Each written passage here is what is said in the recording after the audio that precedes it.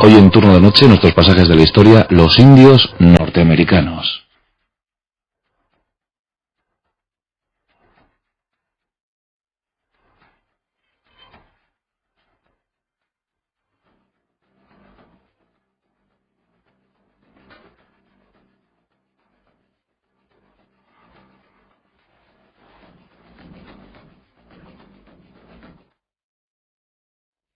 Estrecho de Bering. Hace 14.000 años comienzan a llegar los primeros pobladores del continente americano.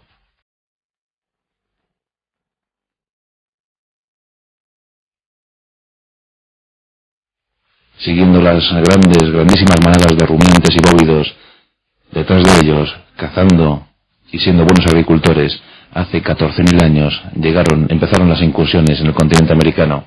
Lo que se llama la Beringia. Hay que decir que Asia y América estuvieron unidas en dos grandes periodos, uno que va desde hace 75.000 años antes de Cristo hasta los 45.000 y otro en el que llegaron los primeros pobladores que va desde 25.000 años hasta hace 15.000. Hace tan solo 15.000 años estaban unidos los dos continentes.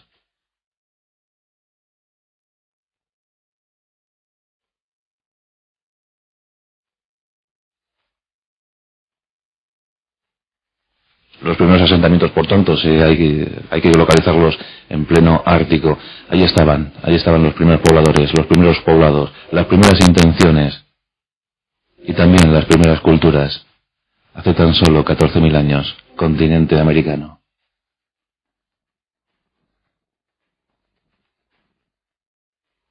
En su día hablaremos de los esquimales, mejor dicho, de los Ainuts. Esquimales es un término incorrecto. Ainut, los hombres en su idioma.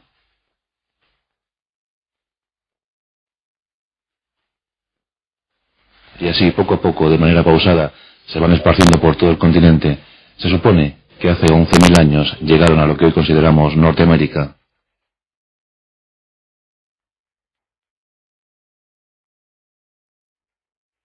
Durante 3 programas te aproximaremos a las culturas, a las civilizaciones, porque también existían tribus llamadas civilizadas, las 5 grandes tribus, las 5 grandes naciones indias civilizadas, Cherokees, Chickasaw, Choctaw, Creeks y Semínolas.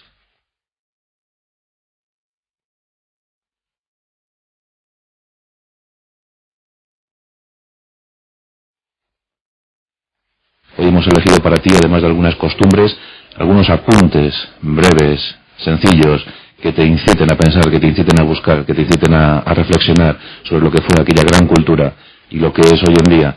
Llegaremos hasta hoy en día, claro que sí, pero hoy hemos elegido para ti la cultura del peyote, la gran sociedad del peyote, la nueva religión norteamericana nativa, y además alguna leyenda, Wichita, una leyenda preciosa que habla de un hombre que se casó con una mujer pez.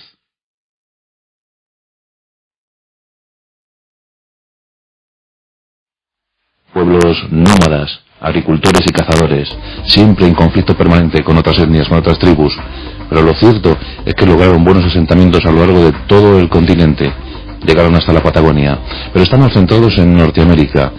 En sucesivos programas hablaremos de los asentamientos en el sudeste, sudoeste, como fueron los apaches, por ejemplo, los apaches Wet Mountain, o los mezcaleros, o los grupos más numerosos, los más extendidos, los navajo, fueron sin duda los más numerosos que hubo en el continente norteamericano.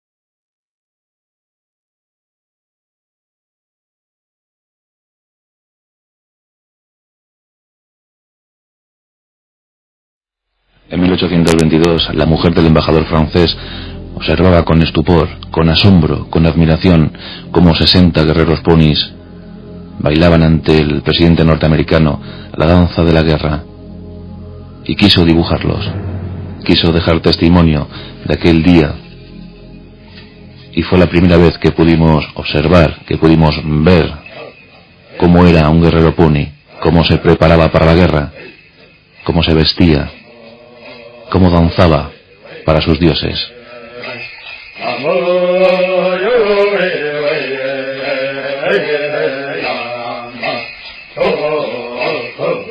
Se colocaban cascabeles bajo las rodillas para compasar sus ritmos, y el tambor, siempre el tambor, que le ponía en relación directa con su dios.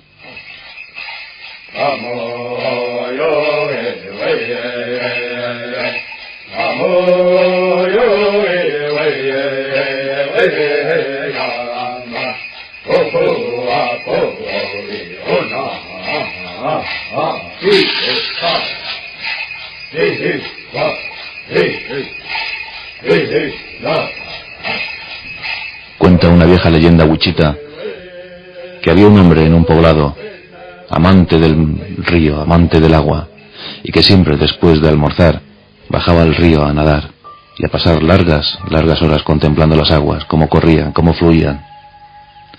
Cuenta la leyenda que un día, en su camino hacia el río, se encontró con una preciosa mujer, y ésta le dijo: ¿a qué vienes? Y él le respondió: ¿quién eres? Ella le dijo: ¿vienes buscándome? Él le dijo: sí. ¿Y qué quieres de mí? No lo sé. No sé ni cómo nos hemos encontrado.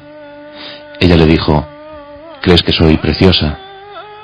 Él le respondió: lo creo.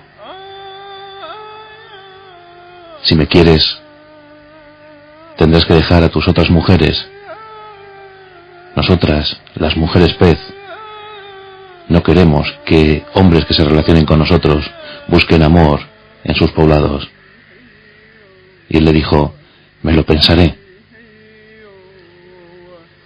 No tardó mucho en pensárselo, y se unió a la mujer pez, y los dos se convirtieron en peces, y estuvieron nadando durante toda la noche en el río. Al llegar el alba, la mujer pez le dijo: vuelve a tu poblado, piensa en nuestro amor, y si realmente me quieres, volverás y te unirás a mí. Te doy dos opciones: una, la de convertirte en pez como yo, y otra, la de volver a tu poblado y venir siempre que quieras para convertirte en pez conmigo. El hombre se lo pensó, salió del río y volvió al poblado donde le esperaba su mujer.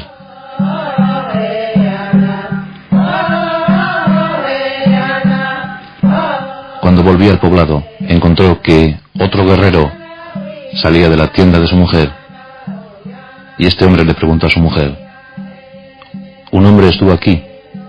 Y ella le dijo: no, jamás ha entrado otro hombre que no se estuvo en esta tienda. Y el guerrero buscó un amigo, y fingiendo que se iban de caza, se internaron en el bosque y esperaron a ver qué pasaba, y efectivamente comprobaron que otro guerrero entraba en la tienda de su mujer, pero este, al comprobar que estaba enamorado de la mujer pez, decidió dar en matrimonio a este otro guerrero a su mujer. Pensó que ella se lo merecía y que tampoco merecía una traición. Por tanto, nuestro guerrero volvió al río y se casó con la mujer pez. Y los dos estaban felices. Pero un día la mujer pez dijo: debo ir río abajo, tengo que resolver unas cuestiones. Y la mujer pez se fue. El hombre se quedó en la orilla del río, pendiente de la naturaleza, pendiente de todo lo que transcurría a su alrededor, cuando llegó otra preciosa mujer y le ofreció asunto carnal. El hombre cayó en la cuenta que era tremendamente bella y no opuso ninguna resistencia. Cuando regresó su mujer, la mujer pez, vio que la había engañado, que le había sido infiel, y le convirtió en pez definitivamente, y le dijo: jamás los wichitas deberéis comer pescado. Y así ocurrió, y así quedó. Y un buen día, cuando un amigo del guerrero bajó al río, porque le había dado un pálpito, porque había presentido algo raro, y se encontró a su amigo convertido en pez, este le dijo: recuerda, jamás los wichitas debéis comer pescado, porque entonces podéis comerme a mí, podéis comer mi alma.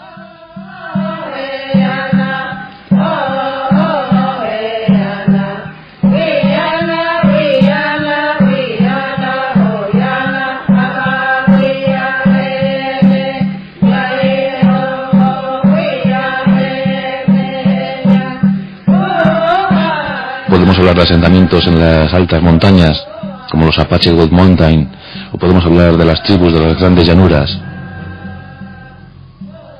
Estaban repartidos por todo el territorio, hasta la llegada de los blancos, primero los españoles, después franceses e ingleses, y después emigrantes europeos, que fueron empujando a los indios hacia sitios nada deseables. La última gran cacería de bisontes se produjo en 1883. Apenas quedaban unos cientos. Ya jamás se podrían construir los tipis como antes. Un tipi costaba de 20 palos de unos 75 centímetros de base y más de 20 pieles de búfalo, de bisonte, rodeando la construcción. También estaban los tao, o las viviendas con adobe de los navajo. No buscaban provocar al blanco. El blanco sí buscaba sus territorios, ricos, riquísimos.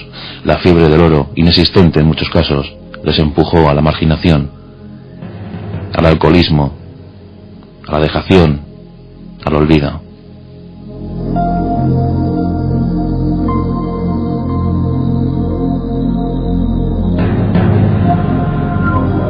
Algunos se resistieron. Se habla de las famosas guerras indias desde 1850 hasta 1890. Dicen que una de ellas se provocó porque un ganadero llegó al fuerte y dijo que un indio le había matado una vaca. El joven teniente de aquella guarnición, salió con 22 hombres y mató a uno de los jefes del poblado. Los indios salieron y acabaron con la vida de todos los soldados. Fue el inicio de la guerra. Una vaca fue el inicio de la guerra.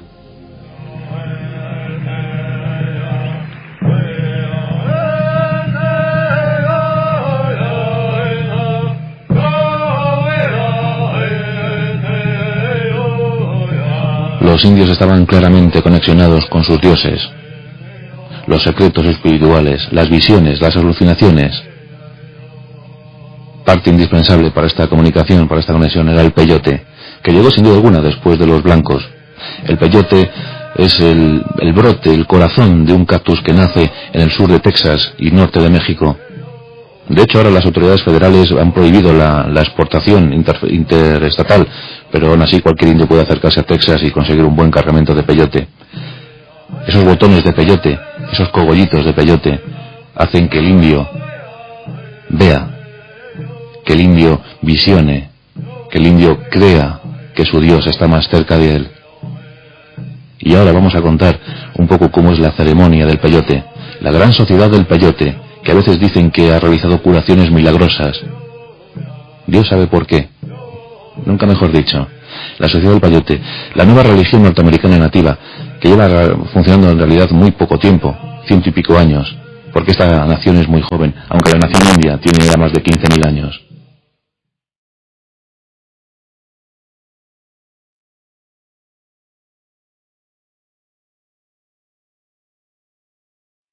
Al igual que en África, la nueva religión norteamericana nativa es un sincretismo total.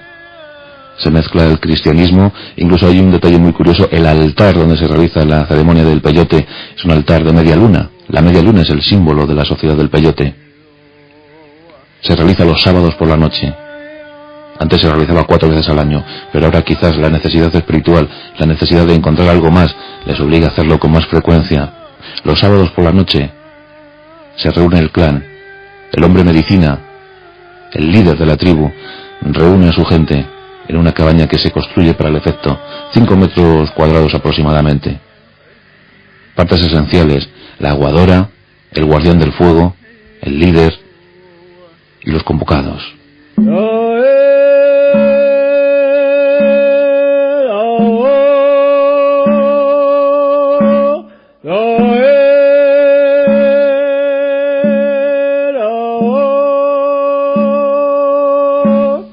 El líder recibe a los visitantes. Estos, en el sentido del reloj, dan vueltas en torno a la cabaña.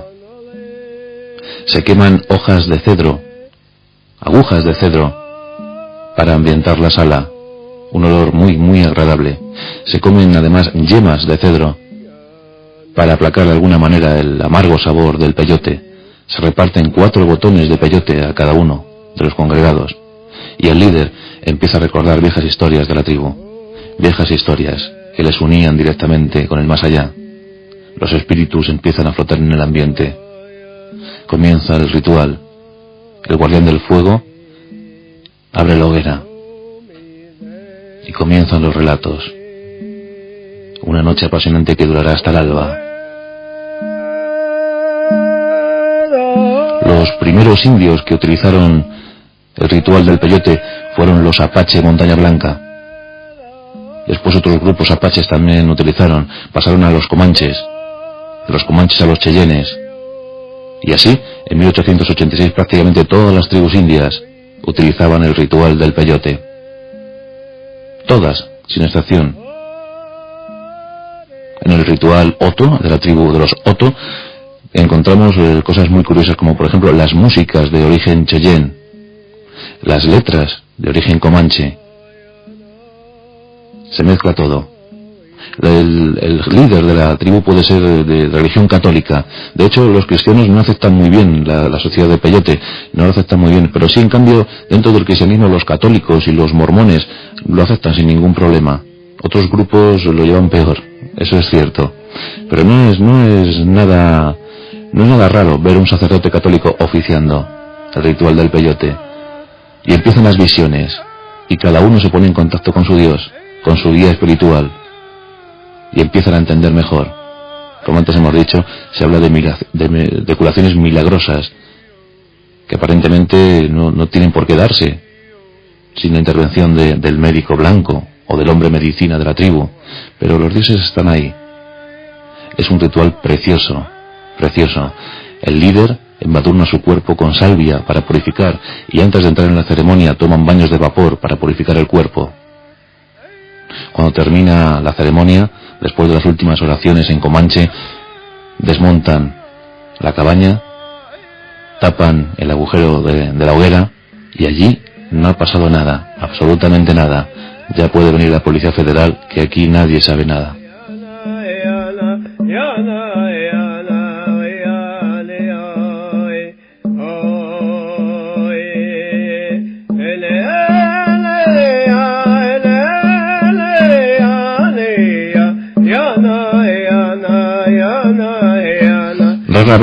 Rara vez los indios establecían alianzas.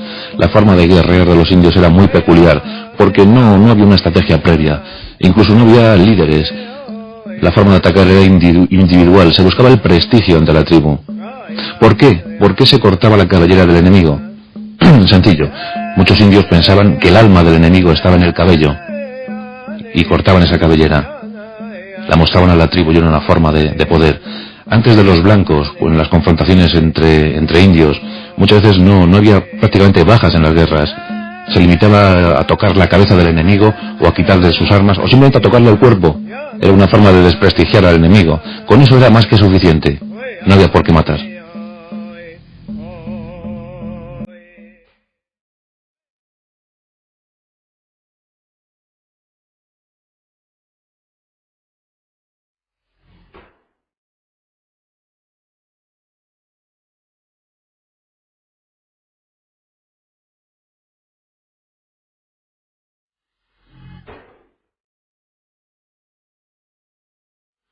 Llegaremos al episodio de Little Big Horn, del que ya hablamos en su día, donde se dio la asociación de cheyennes, arapahoes y sioux, con sus célebres líderes Caballo Loco, Toro Sentado, Nube Roja, Lágrimas en la Cara. Había nombres muy curiosos, Cafetera Negra, por ejemplo, de la gran nación Cherokee. Hubo una larga marcha, penosa marcha en 1838, cuando a los Cherokee se les confinó a un territorio que no era el suyo. Muchos, miles, iniciaron esa marcha, muy pocos llegaron. Años más tarde, hablando de aquellas privaciones donde el frío, el hielo, la nieve, el hambre había acabado con buena parte de la población cherokee, dijo un oficial del ejército yanqui, dijo: he visto muchas matanzas en la guerra civil, he visto gente mutilada, gente sufriendo, gente muerta, pero nada comparable a la marcha de las lágrimas de la nación cherokee.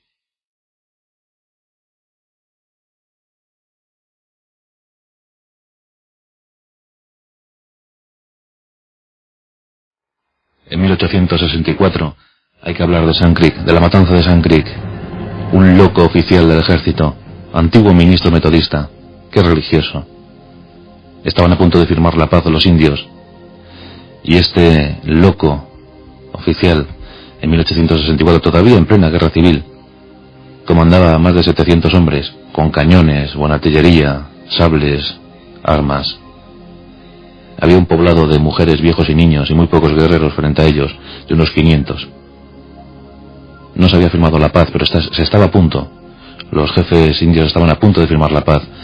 Y este ministro metodista, este oficial del ejército, que estaba deseoso de colgarse una medalla, era un integrista, un fundamentalista, de los que decimos ahora. Ordenó cargar contra el poblado.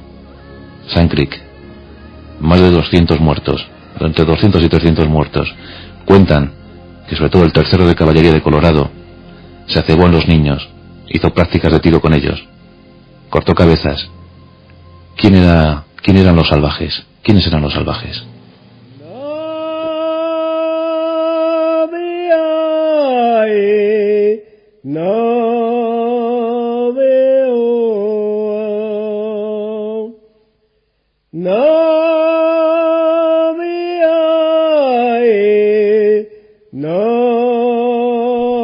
En una ocasión el ejército norteamericano perseguía a los indios Pueblo, una tribu excelente, increíble, los indios Pueblo. Hablaremos de ellos en estos capítulos. Los estaba persiguiendo. Estos indios, en un número de 200 y algo, se encerraron en una misión fortificada.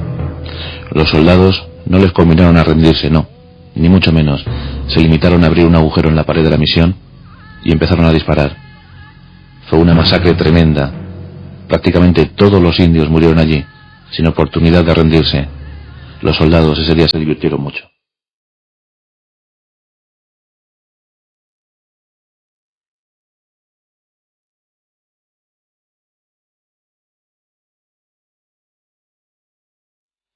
En una ocasión los indios andaban muy alborotados, muy levantiscos, y después de numerosas confrontaciones estuvieron a punto, bueno, no es que estuvieran a punto, es que dejaron comunicar a la ciudad de Denver. Los habitantes de Denver estaban atemorizados, todos pensaban que iban a quedarse sin cabellera. Los indios rodeaban la ciudad, y estuvieron a punto de entrar en ella, pero algo se lo impidió. Y es que cerca, muy cerca, había una gran manada de bisontes. Los indios optaron, en lugar de entrar en la ciudad de Denver, a sangre y fuego, decidieron seguir a la manada de bisontes. Y eso fue lo que salvó de manera milagrosa a la mítica ciudad de Denver.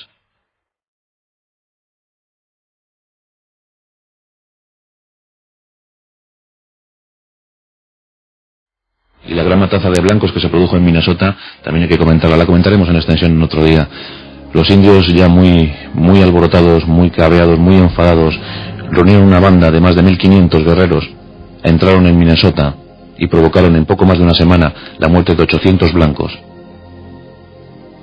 Rápidamente se unieron regimientos de voluntarios a las tropas del ejército, tropas regulares, y bueno, creo que los indios perdieron algo más de esos 800. Pero yo creo que fue el único hecho así más destacable de las guerras entre indios y blancos, esa matanza de blancos en Minnesota. Sigue todavía el recuerdo por allí, se sigue comentando. Hay que ver lo que sufrieron.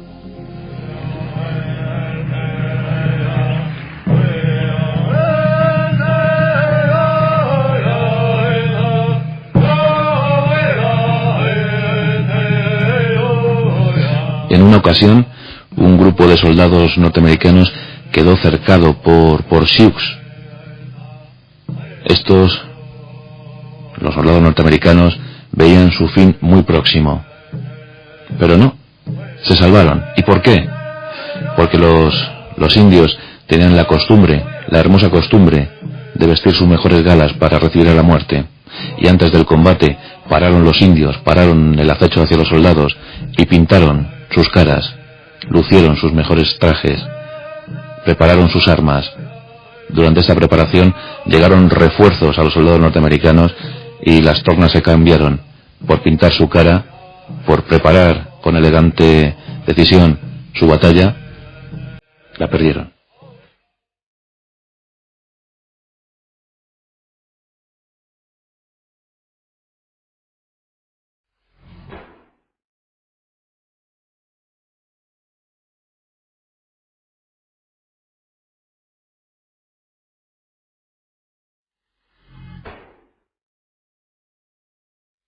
Los blancos también buscaban la colaboración de los indios, sobre todo al principio. Los ingleses buscaban a unas tribus, los franceses encontraron a los Crown, por ejemplo. Los españoles contaron con la colaboración de apaches en algunos momentos, comanches en otros. Los españoles tuvieron muchísima presencia en Norteamérica, eso no lo olvidemos. Y a veces por las discrepancias entre los propios indios, a veces por dinero, a veces por simplemente comida, los indios se prestaban a colaborar. Los blancos siempre han utilizado a los indios a su antojo. Y los indios, demasiado nobles, demasiado grande su corazón, caían víctimas de estas trampas.